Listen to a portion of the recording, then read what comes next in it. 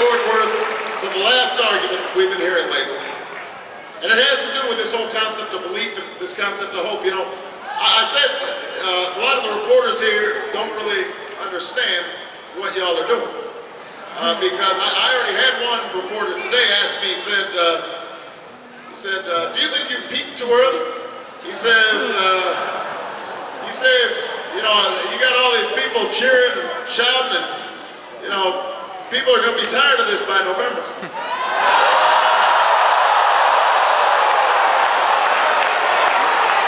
And then, you know, we've got folks who are saying, oh, you know, all these people, they're just infatuated because Obama speaks well. He makes a nice speech. That's the only reason that people are coming out. It's like a rock concert. Y'all heard this before.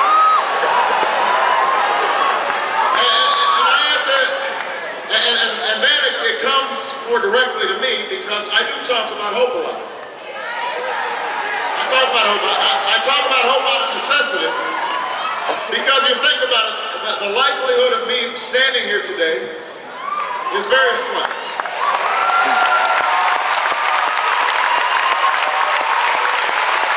You know, I was born to a teenage mother. My father left when I was 2. I was raised by a single mom, my grandparents. They didn't have money, they didn't have fame or fortune. What they had was love, they could give me an education, and they gave me hope.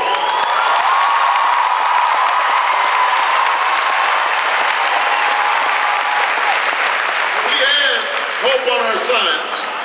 And I gave a speech in Boston at the convention about hope, and I wrote a book called The Audacity of Hope. So, in the same way that people are skeptical about you, they're skeptical about me. And they think, oh, you know, he talks about hope all the time. He's so naive. His head is in the clouds.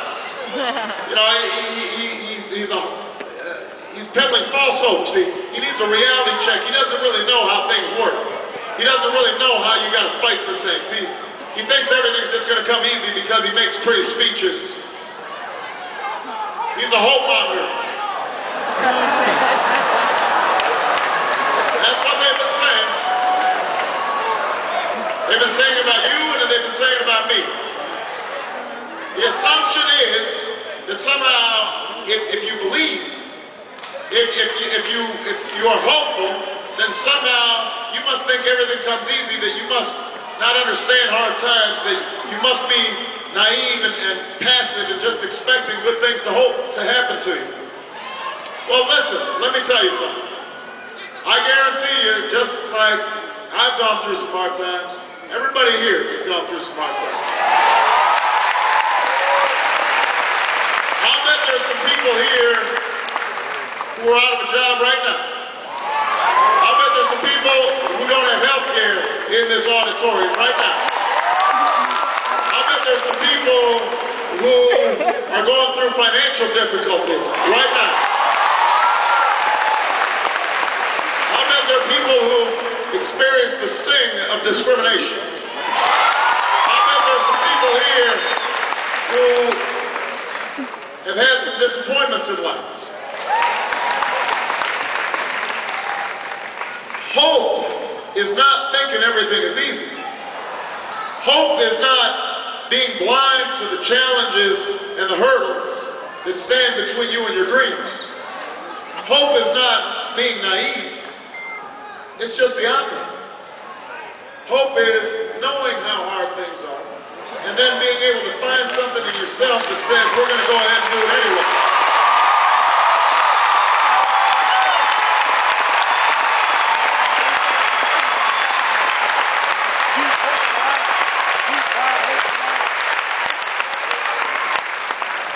And that's why this isn't about me, this is about you.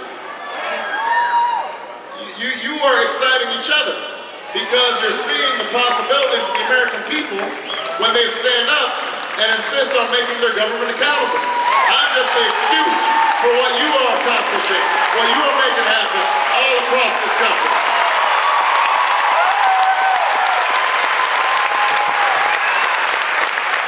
See, I'm inspired by you. I'm infatuated with you.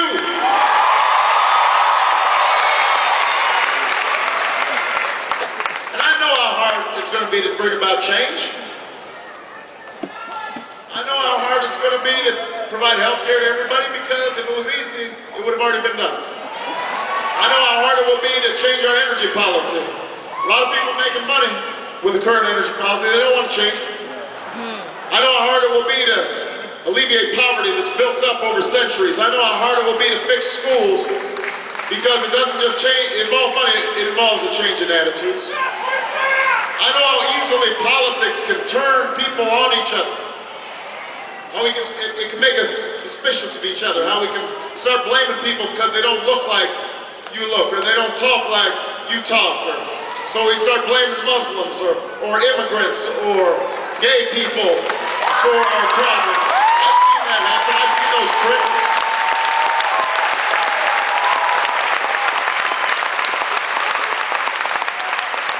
But I also know this, Fort Worth. Nothing worthwhile in this country has ever happened except somebody somewhere was willing to hope.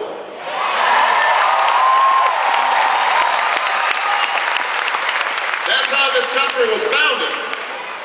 A group of patriots declaring independence against the mighty British Empire. Nobody gave them a chance. But they had hope. Slaves, abolitionists, resisting that wicked system. And then a new president coming in and charting a course to ensure we would not remain half slave and half free. Hope.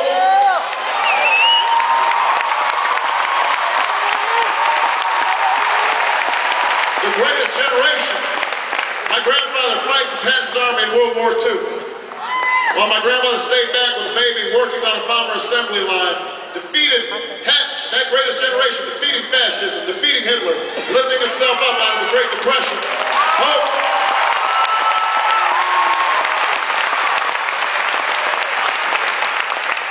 That's how women won the right to vote. That's how workers won the right to organize. That's how immigrants traveled to this country in search of opportunity. That is how young people in the 60s traveled south and met up with other young people, and they all marched, they all sat in, and they went to jail. And some got beaten, and some died for freedom's cause. That's what hope is.